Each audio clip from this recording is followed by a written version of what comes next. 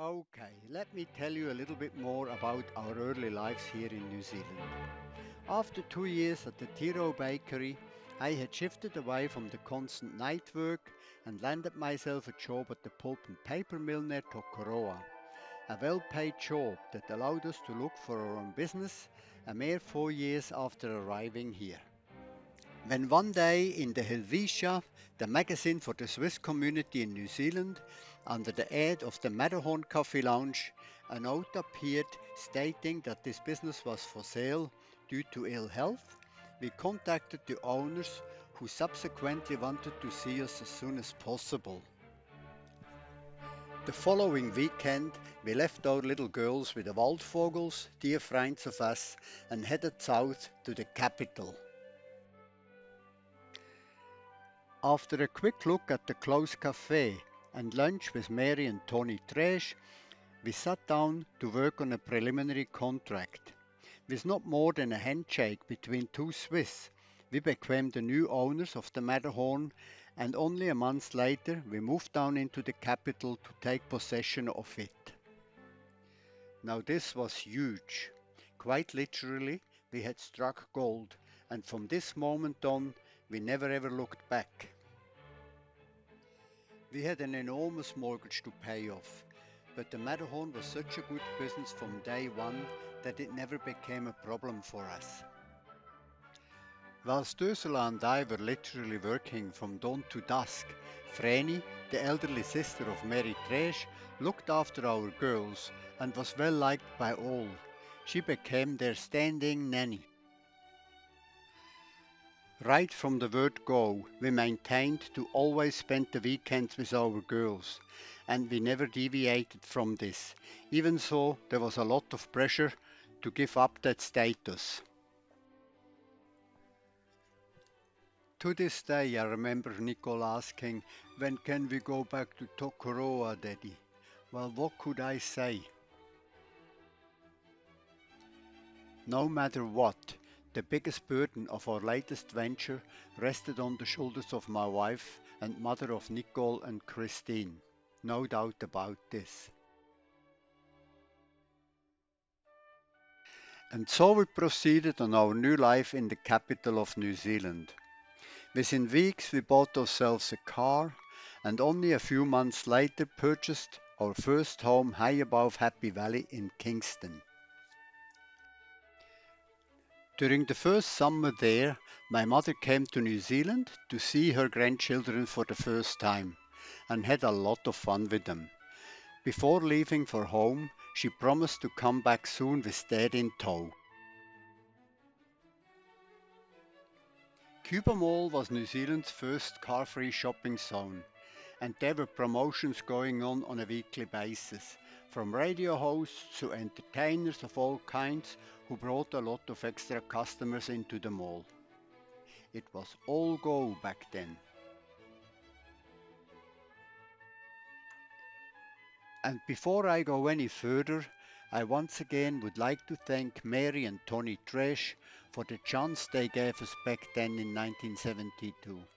Their trust in us, who were total strangers to them, we shall not forget.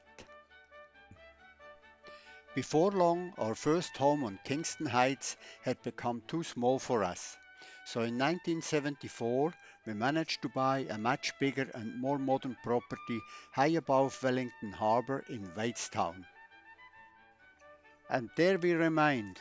The close proximity to the shop, the surrounds, and the full harbour view below us was something quite special. We really loved that place. To compensate our girls from that many hours they missed out on their parents, guinea pigs, budgies, and the cat became co-owners of number 82 Barnard Street, and that Wendy house that came with it was a very special place for them, where they spent many an hour playing with their dollies. Naturally, we too enjoyed the weekends at home to recharge the batteries and try to relax as good as possible. Because of our long working hours, we decided to send the girls to a private school to give them a good education, a move we never ever regretted later on. And so life went on year after year. During the summer of 1976, my parents came to New Zealand to escape that strong winter of that year. They both loved it, and Dad could not get enough looking at the harbour and the ships that came and went. We organized a coach tour through the South Island for them, something they really liked. Upon returning from there, they witnessed Christine's first school day at the St. Mark's, an event captured many times on Dad's little still camera.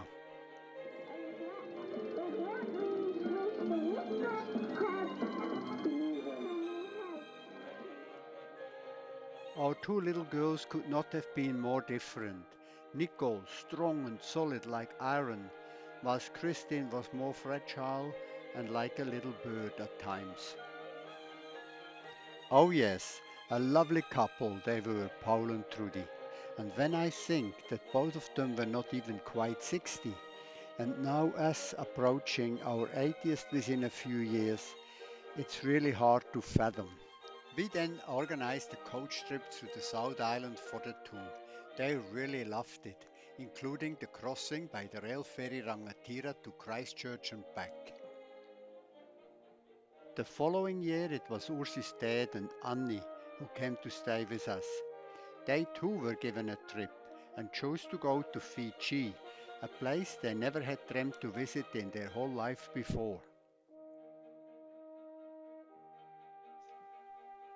Robert was a pâtissier himself, and during his working life he lectured apprentices at the Polytech in Schaffhausen. A very quiet and good man he was. During our life in Wellington, we actively participated in the Swiss Club. It was founded back in the 1950s and to this day has a large membership and many followers. Here we were at the Therese and Hans Scherer's farm in Weidmann's Valley, where we had our yearly shooting competition. There, beautiful medals were up for grabs if one was good enough and hit close to the center of the target. As a member of the committee, I sometimes acted as a vice or president and supplied desserts to the many functions and meals we served during the year. At the tender age of 11, we sent Nicole all by herself to Switzerland, where she spent 3 months in my hometown Langnau at school. She really loved it, and later, after the completion of her schooling here, she returned to Europe and stayed a whole 12 years finishing all her university studies there. When Nicole finally came back, she was a married woman to her French husband Jan, and now have two grown-up daughters of their own who have already fled the nest.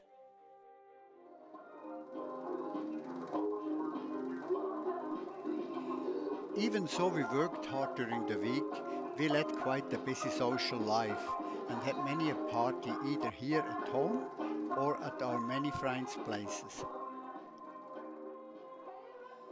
They were people who either had their business nearby or were daily customers who had become dear friends over time.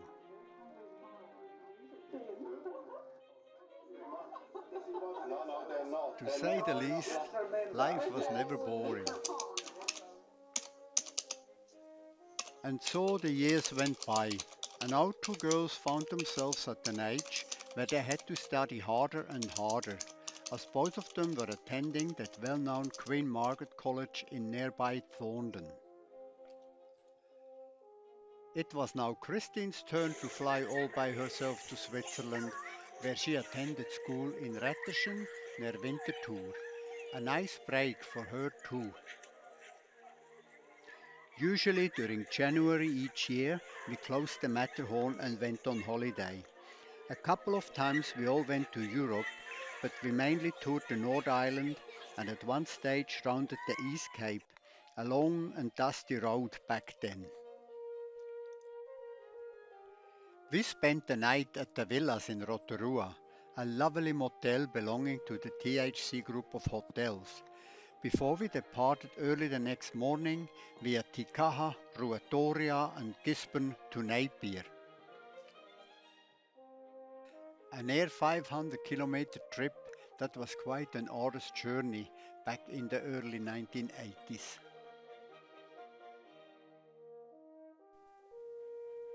We swallowed a lot of dust that day, but the beautiful, breathtaking scenery compensated us by far for this.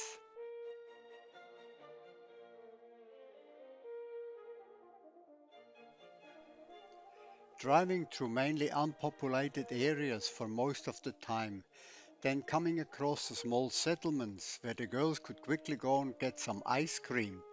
We sometimes drove high above sea level and at other times followed the coastline. It was just spectacular, to say the least. We even found time for a swim in the Pacific that day, but then really had to get going to finally reach our destination Napier, but long after the sun had settled that day. A few days later, we were back in Wellington, where our customers were waiting for us to open the Matterhorn door, once again for another year. For a total of 15 long years, we owned and operated the cafe, until Cuba Mall started to lose its unique popularity. Lambton Key was getting the better of it, and for us, a new chapter in life was becoming a reality.